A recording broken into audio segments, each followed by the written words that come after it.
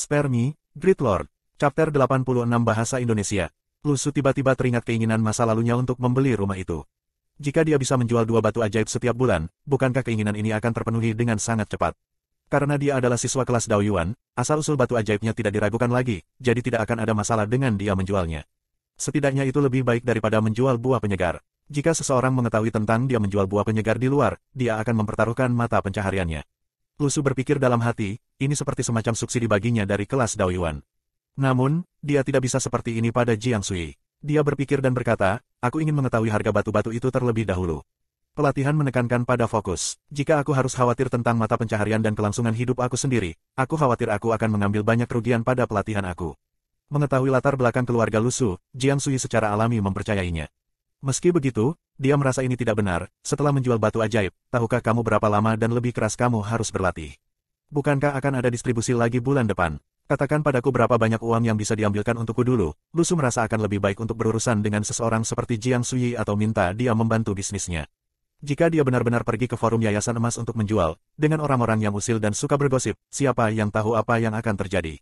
Jiang Sui berpikir sejenak sebelum berkata, karena kontrol yang ketat dari batu-batu itu, mereka sangat berharga.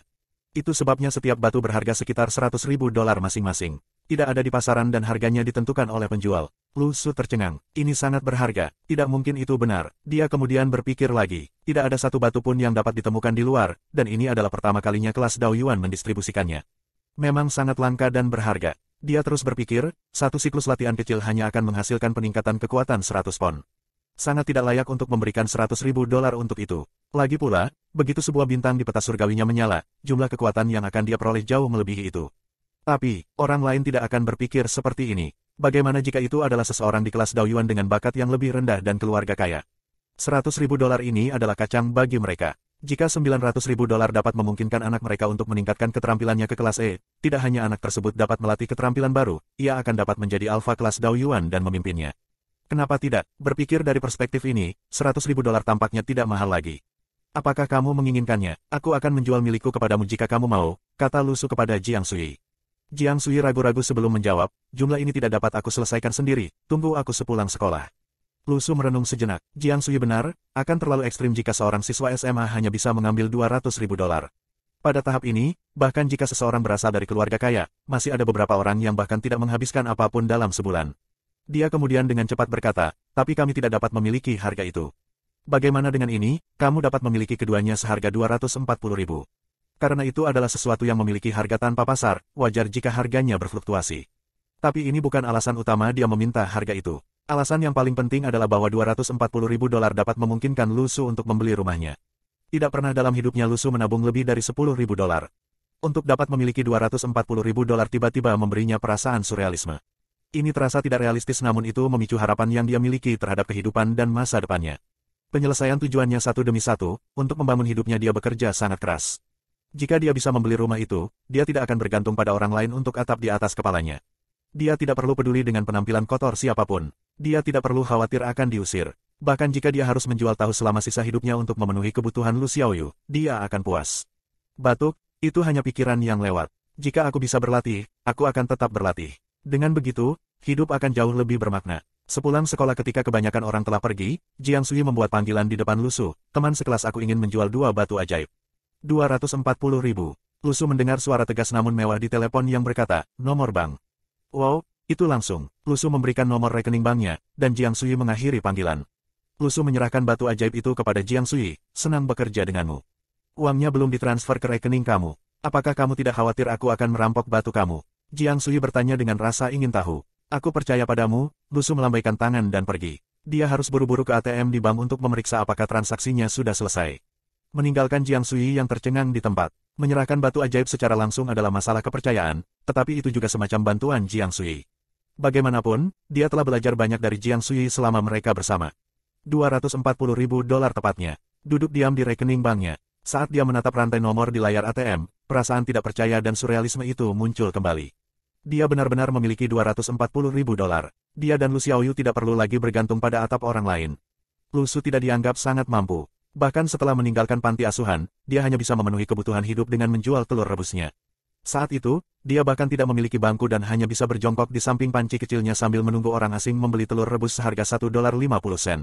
Di depan saudara perempuannya, dia tidak bisa menampilkan karakter terhormat seorang kakak laki-laki. Lu Xiaoyu tidak pernah bisa menahan godaan makanan enak, tapi Lu Su selalu menuruti keinginan Lu Xiaoyu. Bahkan jika Lu Su terus memberi Lu Xiaoyu kehidupan yang lebih baik. Tapi, dia sudah bekerja sangat keras. Di masa lalu, dia berpikir bahwa jika dia menjadi kaya di masa depan, dia akan membuang sejumlah uang kepada orang tuanya jika dia bertemu dengan mereka untuk menunjukkan seberapa baik dia bahkan tanpa perawatan mereka. Dia tidak berpikir seperti itu lagi. Seluruh dunianya berputar di sekitar Lu Xiaoyu dan dirinya sendiri. Lu Su, berdiri di depan ATM, menatap langit malam. Peta surgawinya, seolah-olah menyatu dengan bintang-bintang di atas, mulai memakan esensi langit dan bumi. Dia tiba-tiba memiliki pertanyaan di benaknya. Bukankah hanya metahuman kelas A yang bisa berkomunikasi melalui langit dan bumi? Dia bisa menggunakan bintang-bintang untuk pelatihan, apakah itu berarti berkomunikasi melalui langit dan bumi? Malam itu, Lu Su tidak menyebutkan pembelian rumah itu kepada Lu Xiaoyu karena dia ingin itu menjadi kejutan. Dia bahkan pergi online untuk memeriksa apakah individu di bawah umur dapat membeli rumah secara legal. Bagaimanapun, kontrak harus ditandatangani. Dia kemudian mengkonfirmasi setelahnya bahwa individu di bawah umur yang berusia 16 hingga 18 tahun dapat menggunakan hak sipil mereka untuk memiliki rumah jika mereka tidak bergantung pada keuangan orang tua mereka. Dia cocok dengan deskripsi itu. Anak yatim mana yang memiliki orang tua? Seluruh hidupnya dibangun di atas kerja kerasnya sendiri tanpa ada orang yang bergantung sama sekali. Karena ini masalahnya, Lu Su merasa tenang. Siapa yang tahu apa reaksi Lu Xiaoyu ketika dia mengetahui bahwa mereka memiliki rumah sendiri? Pemilik rumah mereka biasa membenarkan kenaikan harga sewa dengan mengatakan bahwa dia akan lebih baik menjual rumah jika harga sewa tetap sama. Rupanya, dia punya niat menjual rumah itu. Ini juga mengapa Lu Su selalu berpikir bahwa membeli rumah itu sangat penting, hanya untuk menahan inflasi yang tinggi dari harga rumah. Untungnya ini dianggap sebagai kota kecil tingkat ketiga. Spare Me, Great Lord. Chapter 87 Bahasa Indonesia. Mereka yang tidak pernah tinggal di bawah atap orang lain tidak akan mengerti bagaimana rasanya. Seolah-olah kamu adalah seorang tamu dan akan ada rasa takut merusak barang-barang atau pemiliknya mungkin tidak mengizinkan kamu menggunakannya.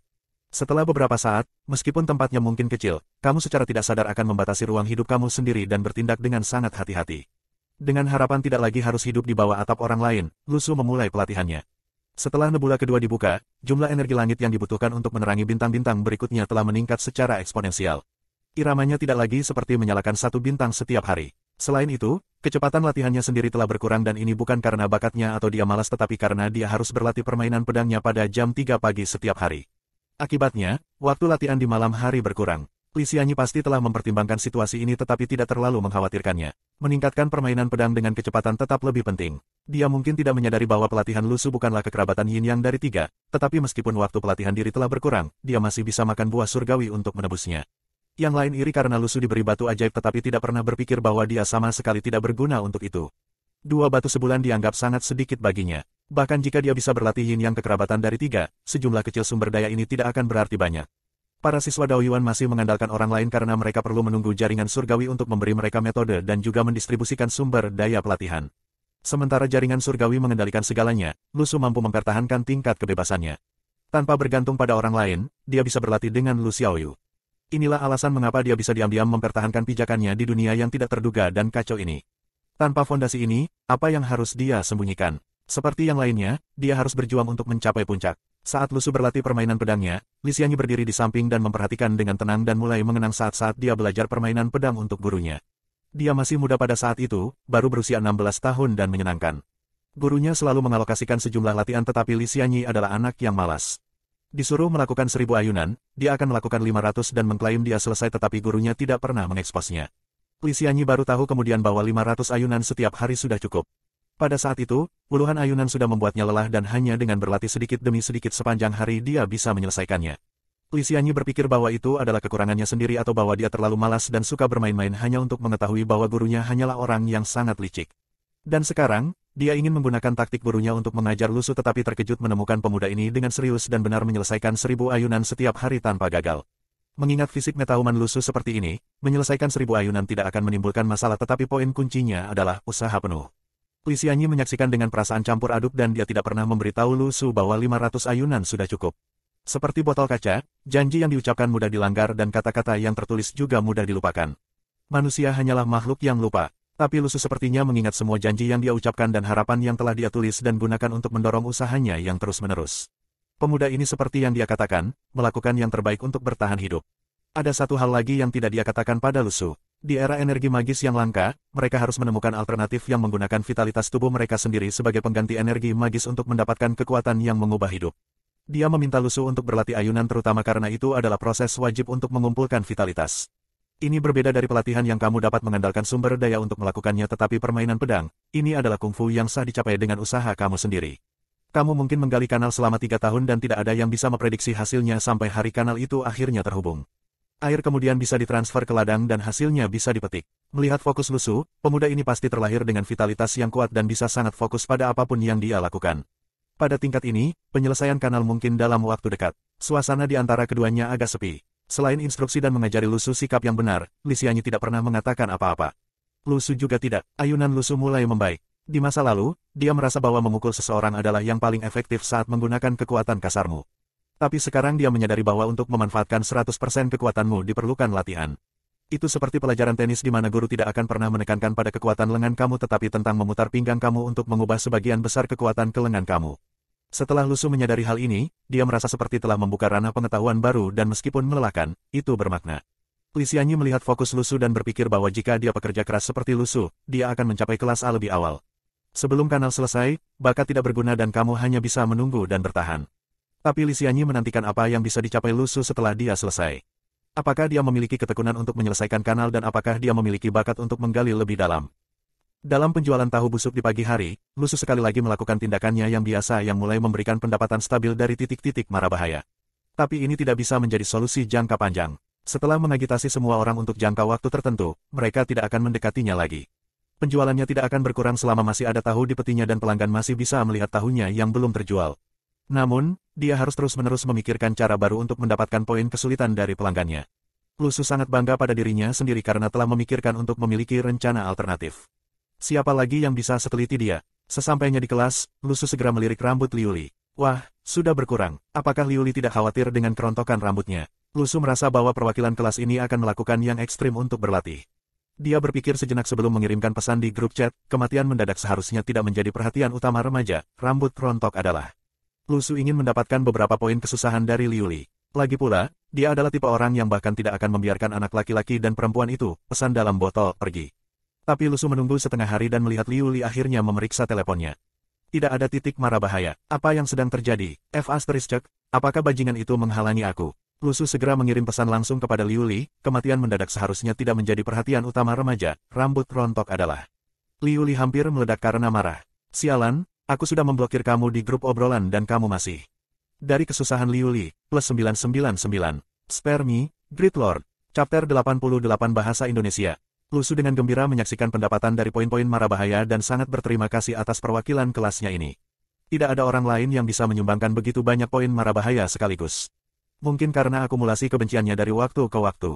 Mirip dengan Ziwei yang terus-menerus menyumbang plus 1 poin mara bahaya, tetapi setelah pertemuan kedua dengannya, itu meningkat menjadi plus 2. Lusu bahkan menerima plus 2 poin mara bahaya dari Ziwei pagi ini. Dia merenung dan memutuskan untuk mengirim pesan lain kepada perwakilan kelas, hanya untuk melihat pemberitahuan dari aplikasi obrolan. Kelas Daoyuan Liuli telah memprivate akunnya dan kamu bukan temannya.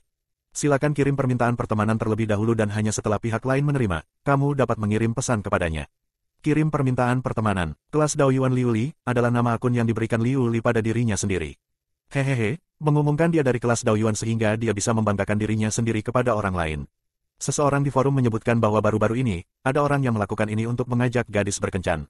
Baris terakhir notifikasi, kirim permintaan pertemanan, adalah hyperlink yang bisa diklik. Lusu menarik napas dalam-dalam, lihat, ini adalah nasib domba yang kamu tangkap, semua wall di tubuh domba telah ditarik.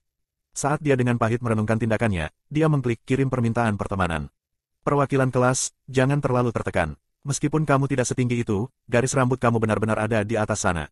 Liuli memiliki wajah cantik dan berpakaian modis tapi tinggi badannya hanya 170.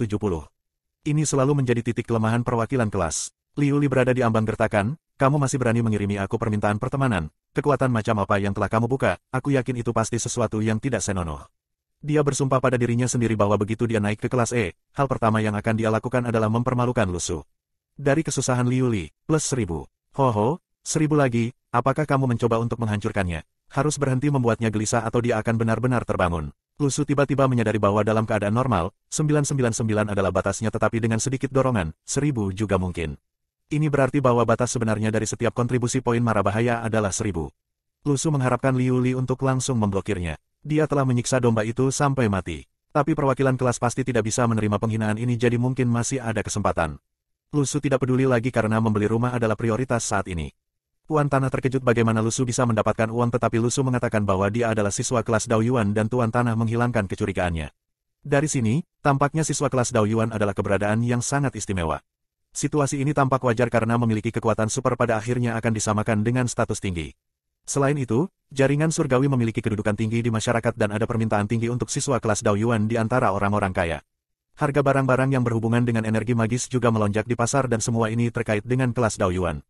Lu Su juga tidak tertarik untuk membeli tanah yang kaya energi magis karena dia selalu tinggal di rumah itu. Pemilik rumah tahu bahwa Lu Su selalu ingin membeli rumah tetapi tidak punya uang. Tuan Tanah tua adalah orang yang masuk akal dan kedua belah pihak sangat pengertian. Secara kebetulan, putra Tuan Tanah baru saja pindah ke luar negeri dan Tuan Tanah akan pindah bersamanya. Bahkan rumah pemilik rumah sendiri pun terdaftar di pasar untuk dijual. Kedua belah pihak berdiskusi selama 1 jam dan Lu Su telah melebih-lebihkan harga tempat itu. Meskipun lokasinya bagus, rumah itu sudah merupakan bangunan tua dari tahun 70-an dan harga perumahan di Luocheng, kota kelas 3, tidak melonjak secepat itu. Termasuk pajak kontrak dan furnitur, harganya 242K dan setelah beberapa tawar-menawar, kesepakatan akhir adalah 238K.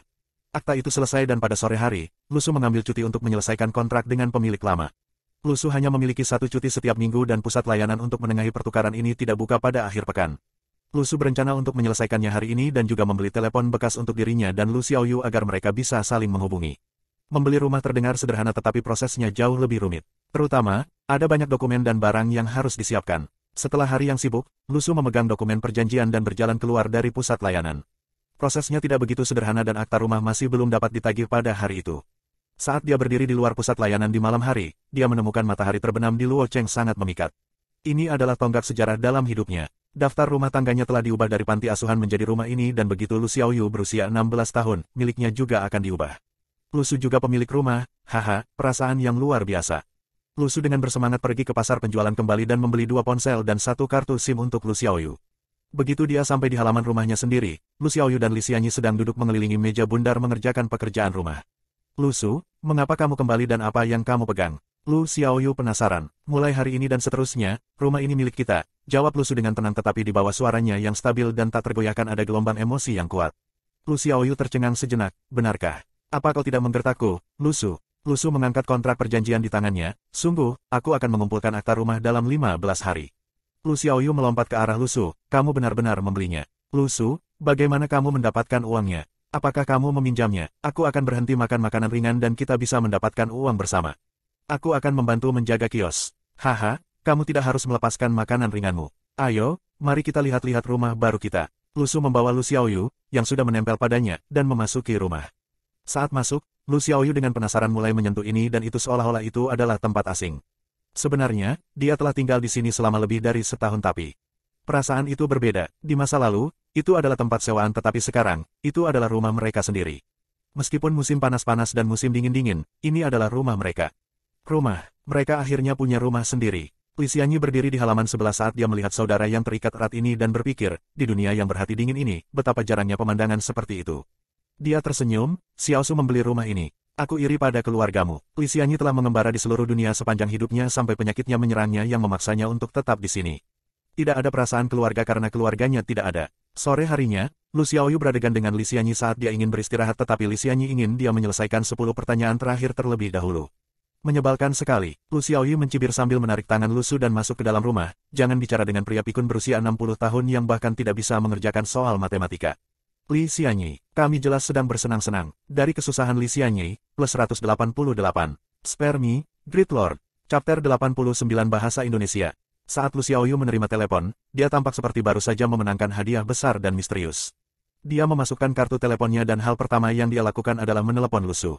Dia kemudian dengan bersemangat menyimpan nomor kontaknya di ponsel Lu Su sebagai Lu Xiaoyu. Kemudian dia mengambil teleponnya sendiri dan menyimpan nomor Lu Su sebagai Lu Xiaoshu. Dia terus bermain dengan kedua ponsel dengan naif, memikirkan betapa cocok dan cocoknya kedua nama itu. Lu Su diam-diam menonton di samping. Kemudian dia menyadari bahwa Lu Xiaoyu telah mengingat nomor teleponnya, dan dapat melafalkannya bahkan tanpa harus berpikir. Lu Xiaoyu menjadikan mereka teman baik di kedua ponsel mereka, lalu menyematkan Lu Su dan kontaknya di atas kedua pesan obrolan mereka. Setelah itu dia memegang telepon sambil memikirkan apa lagi yang harus dilakukan.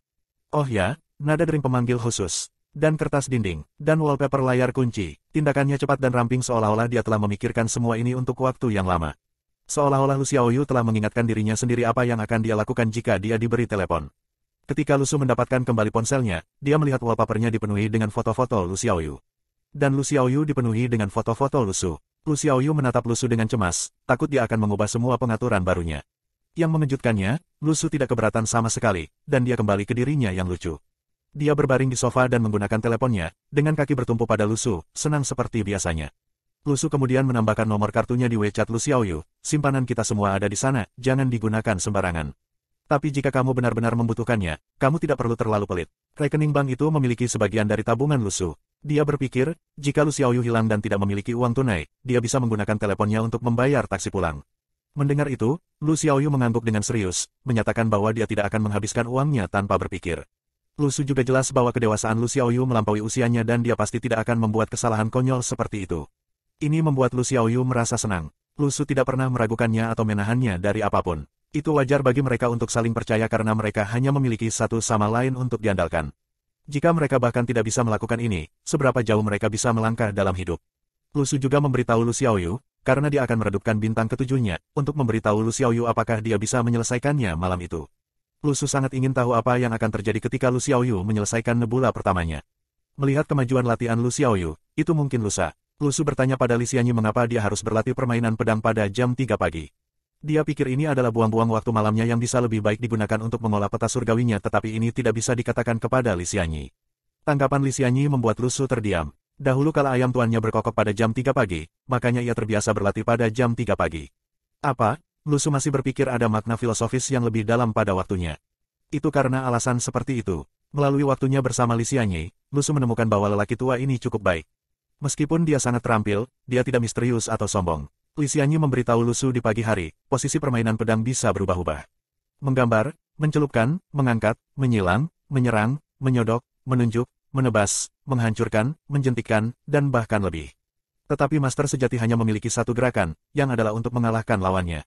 Untuk apa teknik permainan pedang? Agar menarik secara estetika, tidak, itu untuk membunuh. Lu Su jelas dalam hal ini. Jika hanya untuk terlihat bagus, Lu Su tidak akan belajar. Membiarkan kamu mempelajari dasar permainan pedang berarti membiarkan semua ini menjadi kemampuan utama kamu. Beberapa orang mungkin menyebut memori otot, tetapi ini adalah kesalahpahaman. Otot tidak memiliki memori, orang-orang melakukannya. Hanya ketika semuanya menjadi kemampuan atau refleks utama kamu, teknik permainan pedang dapat dipelajari secara efektif. Atau jika kamu berada dalam pertempuran ketika seseorang bergerak, kamu harus berpikir sejenak. Pada saat kamu selesai berpikir, kamu mungkin juga selesai. Apa yang harus kamu lakukan sekarang adalah mengikuti mantel ini. Gunakan pinggang kamu sebagai poros, dan resonansi pedang dan tangan. Kamu sudah mengerti menggunakan pinggang kamu sebagai poros. Adapun yang terakhir, itu berarti menggunakan pedang kamu dengan bakat dan merasakannya. Tingkatkan chemistry kamu dengan pedang kamu dan secara alami, kamu akan meningkat. Setelah mendengarkan banyak pembicaraan, Lu Su mengerti bahwa dia masih memiliki banyak teknik untuk dipelajari bahkan setelah dia menguasai ayunan. Dan pagi ini, lelaki tua itu memberitahu Lu Su semua yang dia katakan tentang vitalitas.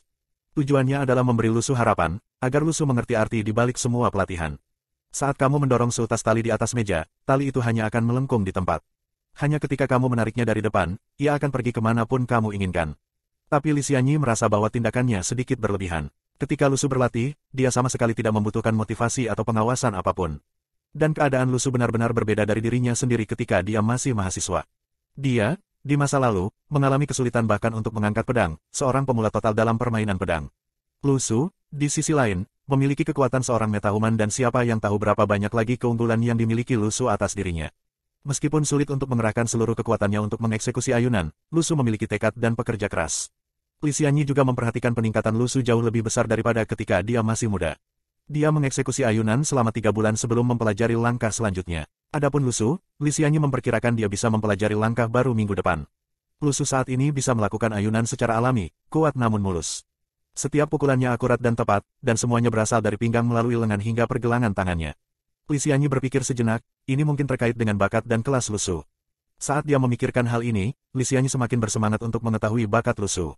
Dia tidak bisa menentukan bakat Lu Su secara akurat hanya dengan perasaan. Waktu berlalu dengan cepat, dan gaya hidup pelatihan Lu Su tetap ada.